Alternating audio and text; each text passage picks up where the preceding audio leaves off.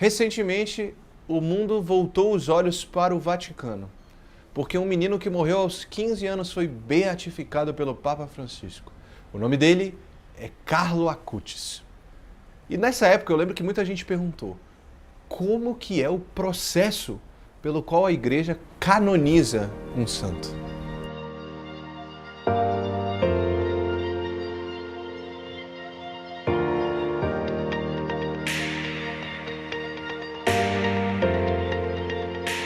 Oi, eu sou Matheus e antes de começar o vídeo, você já sabe, clica aqui embaixo no gostei, compartilha, se inscreve no nosso canal, segue a gente no nosso Instagram e é isso. Bora caminhar juntos para que a gente possa construir uma base sólida no nosso conhecimento sobre Deus. E uma das coisas mais bonitas que existem na Igreja Católica são os santos.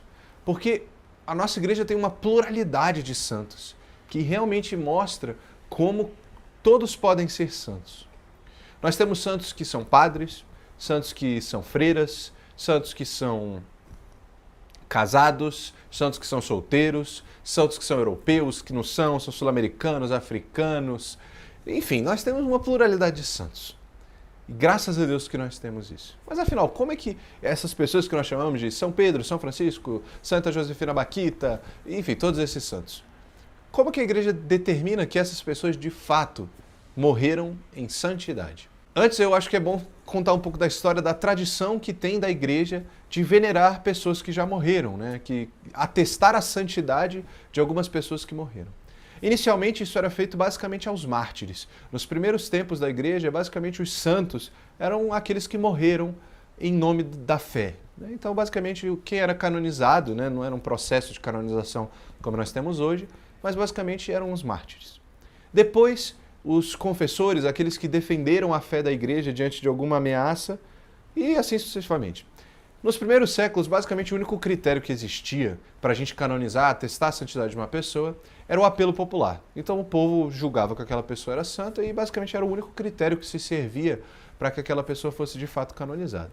Depois, as autoridades da igreja começaram a se envolver dentro desse processo. Os bispos, em primeira mão, e depois o próprio Papa. E até hoje, o nosso processo de canonização que nós temos hoje envolve tanto os bispos como o Papa. E aí vamos então destrinchar um pouco sobre qual é esse processo que nós temos hoje para atestar que uma pessoa de fato é santa. O primeiro passo naturalmente é importante lembrar que para que uma pessoa seja canonizada, ela tem que ter falecido, né? E particularmente para o processo de canonização, a regra é que essa pessoa tem que ter falecido há 5 anos, para que possa então se iniciar o processo de canonização. Então o que acontece? Depois que passaram-se os 5 anos, qualquer fiel pode entrar com um pedido de abertura do processo de canonização. Como ele faz isso? Esse fiel ele reúne uma biografia daquela pessoa, os escritos, caso ela tenha deixado alguma coisa escrita, e testemunhas que possam facilitar a investigação da vida dessa pessoa. Então, essa pessoa, esse fiel, vai ao bispo da diocese em que esse candidato morreu, um santo que morreu na diocese de São Paulo, na arquidiocese de São Paulo, o bispo daquela região vai ser o responsável por colocar em prática esse processo de canonização. De toda forma, esse fiel vai, oferece esses documentos ao bispo. O bispo vai enviar esses documentos para a congregação da causa dos santos, que é como se fosse, tentando comparar bem rudemente, assim, é como se fosse um ministério, tipo o ministério que nós temos aqui nos 3 poderes do Brasil, só que especificamente para tratar desses processos de canonização, da veneração dos santos. E a congregação vai devolver, vai fazer uma devolutiva desse pedido, com um documento dizendo que nada consta contra esse candidato. Ou, caso conste alguma coisa, ela vai falar, olha, esse cara não pode seguir o processo dele porque consta algo contrário a ele aqui na Congregação para a Causa dos Santos. De toda forma, vindo esse documento que fala que não tem nada de contrário a esse santo, o bispo da diocese em que esse candidato morreu vai se reunir com outros bispos e aí ele vai julgar se é prudente ou não iniciar a abertura do processo de canonização. Como é que funciona essa abertura? A abertura do processo de canonização se dá com a instituição de um tribunal, geralmente na própria diocese daquele bispo. Esse tribunal ele vai ser responsável por quê? Por reunir todos os materiais possíveis de serem reunidos sobre aquela pessoa. Então, escritos, testemunhas, materiais que já foram escritos, notícias, testemunhas oculares, histórias que foram ouvidas acerca dessa pessoa, tudo que for possível reunir sobre essa pessoa, esse tribunal vai tentar reunir. E naturalmente nesse mesmo processo também tem a exumação do corpo para certificar de que essa pessoa de fato existiu. E depois, quando se abre esse processo, esse candidato recebe o título da parte da igreja de servo de Deus. Então quando você ouvir alguém falando, o servo de Deus, Guido Schaeffer, por exemplo, que significa que o processo de canonização dessa pessoa foi aberto. Beleza. Depois que isso foi feito, esse tribunal vai enviar tudo o que foi encontrado para a congregação para a causa dos santos. E aí a congregação para a causa dos santos vai analisar meticulosamente toda a vida dessa pessoa e vai julgar se a vida dessa pessoa de fato foi virtuosa, se ela viveu as virtudes que pede a igreja, se ela morreu de fato em fama de santidade, se ela deu um testemunho autêntico da fé cristã. E aí, assim, essa etapa geralmente costuma ser a mais demorada, porque a igreja realmente ela é muito meticulosa ao analisar esses processos. Então ela vai realmente buscando razões para não canonizar a pessoa, justamente para que realmente seja um processo muito preciso e que se houver alguma razão para que essa pessoa não seja canonizada, seja descoberta. Então depois que a congregação analisa meticulosamente, ela vai fazer uma votação, ela vai emitir um parecer. Se esse candidato, esse servo de Deus, ele de fato, o que foi angariado pelo tribunal é suficiente ou não para que a causa seja continuada. E aí, beleza, passada essa primeira votação, se o parecer for positivo, aí então esse mesmo parecer vai passar para uma segunda votação a partir de cardeais e bispos. Esses cardeais e bispos vão se reunir e vão emitir uma segunda votação. Se essa votação for positiva, então essa pessoa passa a ser considerada venerável.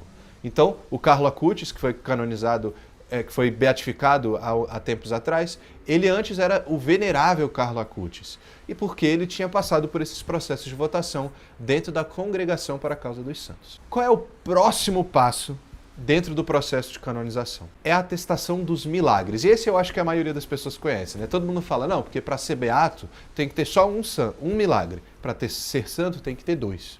E isso é certo. De fato, esse é o processo, esse é o critério que a igreja utiliza para que possa se avançar as causas de beatificação e de canonização. Então vamos lá. Para um processo para que uma pessoa seja beatificada, como foi o caso do Carlo Acutis, o que a gente pode atestar dentro desse processo da igreja? As pessoas veneravam o Carlo Acutis e pediam a intercessão de Carlo Acutis. As pessoas que pertenciam à diocese dele e que tinham, enfim, né, algum motivo para pedir a ele essa intercessão. E aí essa intercessão, o milagre dele, inclusive, por via de curiosidade, foi um milagre que foi atestado aqui no Brasil. Então, o que vai acontecer? Uma vez que o milagre de Carlo Acutis, por exemplo, ou de qualquer outro santo que foi colocado na causa de canonização, foi atestado, esse milagre vai ser enviado para a congregação da causa dos santos. E, novamente, vai passar por um processo de análise meticuloso, realmente assim, bastante preciso, para atestar de verdade que aquele evento de fato foi um milagre. E mais do que isso, foi um milagre e que de fato foi fruto da intercessão daquele candidato, daquele venerável que está postulando para ser beato e futuramente santo. E aí o que acontece? Novamente vai se abrir um processo de investigação em cima desse milagre, a congregação para a Casa dos Santos vai votar novamente se realmente existem provas suficientes de que aquilo realmente foi um milagre que foi fruto da intercessão desse candidato, e depois eles vão mandar esse parecer para o Papa. E aí o Papa tem a palavra final em cima disso. O Papa que vai certificar se de fato esse milagre é válido ou não para a causa de beatificação ou de canonização. Então, nesse primeiro milagre, o Papa atestando essa confirmação, o candidato recebe o título de beato. Então, tem uma cerimônia solene, bonita, presidida geralmente pelo Papa ou pelo prefeito da Congregação para a Causa dos Santos, em que esse candidato ele é beatificado. E aí ele recebe o título de beato, que é o estágio em que está o processo do Carlo Acutis hoje. Ele é o beato Carlo Acutis, né? E Depois, a veneração continua, né? Naturalmente, uma pessoa que é beatificada, a veneração para essa pessoa aumenta, e a igreja autoriza que mais pessoas venerem esse candidato, porque ela atesta que de fato ele foi um intercessor de um milagre. Mas agora é possível então que outro milagre aconteça em virtude da intercessão desse beato. E aí depois o mesmo processo vai acontecer, vai ser investigado, vai se atestar se de fato foi um milagre, se esse milagre foi fruto da intercessão desse beato, e aí depois vai voltar para o Papa e o Papa de novo vai validar ou não esse parecer dado pela congregação para a causa dos santos. E aí então de novo tem-se uma cerimônia solene, muito bela, presidida pelo Papa, que vai confirmar a pessoa como santo da Igreja Católica. Vai ser canonizada. E, naturalmente, um exemplo mais recente que eu consigo pensar aqui é o de Santa Dulce dos Pobres, em que o segundo milagre foi atestado e ela foi canonizada pelo Papa Francisco. Mas agora, o que a canonização e os santos, de uma maneira geral, podem nos transmitir de mensagem? A canonização nos mostra que não o processo de santidade não é algo que está restrito a um determinado grupo de fiéis da igreja. Não são só padres que podem ser santos, não são só papas que podem ser santos, mas ao contrário, como a gente viu no Carla Cutts, um menino de 15 anos é santo, é beato, mas certamente morreu com fama de santidade. Nós temos freiras, casados, pais, a gente pode pensar em São Ricardo, podemos pensar em Santa Zélia, tantos santos que não necessariamente seguem uma carreira, uma vida religiosa, que nos dão esse manifesto da santidade. Então, desse lado, a canonização nos mostra isso, e do outro lado, os santos da igreja nos mostram isso. E a mensagem que eu quero passar nesse vídeo é essa, de que você também pode ser santo. E você não precisa ter medo de ser santo, porque o convite à santidade é um convite que Deus faz para todos os seres humanos. Todos os seres humanos são chamados a ser santos. Você e eu. Então que nós possamos lutar na nossa vida pela santidade, porque essa é a razão pela qual nós existimos. O fim último das nossas vidas é justamente esse, a santidade.